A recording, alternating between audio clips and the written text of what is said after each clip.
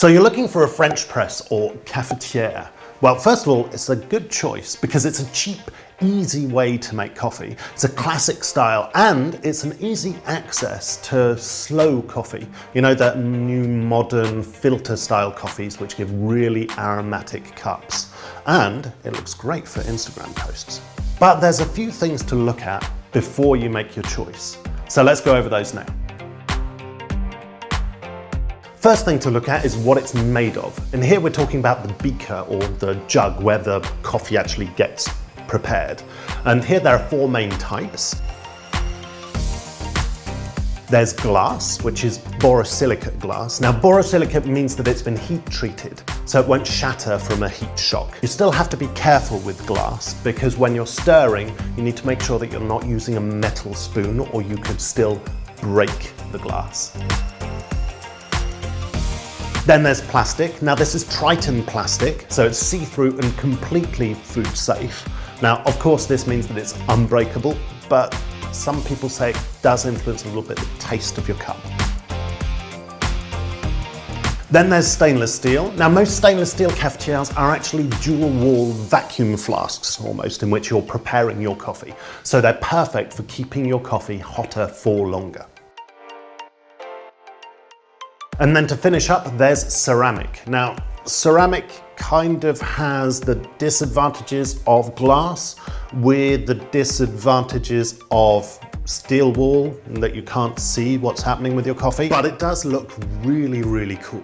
Almost all jugs are dishwasher safe as long as you remove them from their cage. Now, be careful because often the lid isn't dishwasher safe if it's got a plastic inner, which is the case for most, so that you will have to hand wash. Next up is what size to choose. Now this is simple because there are two main sizes, 35 centilitres and 1 litre. Now, 35 centilitres is about 2 to 3 cups and 1 litre is about 8. Yes, there are some outliers who make 1.5 litres of coffee, but really 12 cups is a bit much. So you're mostly choosing between 32 cups and 8 cups. Now, it's important to choose the right amount for how many people are going to be drinking the coffee in your house, because you have to remember, don't reheat coffee in the microwave, it tastes disgusting. Next up is design and how innovative the cafetieres are, and really it's kind of a choice of what you think looks nice. But there are some key things per brand. First up there's Bodum and Bialetti, who are mostly classic style designs, classic style cages, and choice between plastic and metal, lots of different colours, but there's not much in the way of innovation going on there. Then there's Pilano, which has a classic design, but without any plastic in contact with your coffee. And with the extra filtration from metal in the lid, it'll give you an even nicer cup. There's Espro, which uses a system of double filtration with even optional paper filters for less bitterness. And then there's Peugeot, which is a cafetiere which comes with a grinder on top, so you can grind your coffee before doing your extraction. Next up is how much you want to spend on your French press, because they're not all the same price.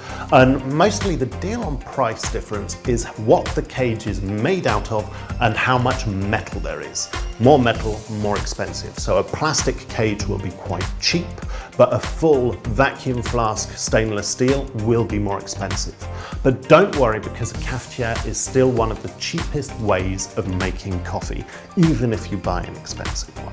Now there you go, that's pretty much all you need to know to choose the right French press for you. Now before you go and click on all of those links that I put in the description that show off all of the French presses that we've been using in this video, a few things to have a better cup. The first thing is buy a coffee grinder, even if it's just a hand grinder. Even a cheap one will be good enough for your French press extraction. Now the type of grind you're looking for is coarse, kind of like coarse sand or sea salt. But if you really like bitterness in your cup, you can go down to a kind of demerara sugar consistency. Now for dosing, you're looking at 7.5 grams per 90 milliliters of water. Now please use a scale. Using a teaspoon is not the same. Next up, be careful of the temperature of your water. you're looking for between 88 and 92 degrees. So wait a little bit after the kettles come to boil before you pour in. For the infusion, it's about 3.5 to 4 minutes before you slowly press down on the French press piston. For your coffee, you're looking for light to medium roast, so that's between 2 and 6 if you're looking at the independent coffee scale that we've set up on Maxi Coffee. And don't be scared of the tasting notes, because on a French press extraction, you can really get some of those flavors popping. So floral, citrus, stone fruit notes can really come out great in the cup. So there you go, everything you need to know about French press. So I'll see you soon and drink good coffee.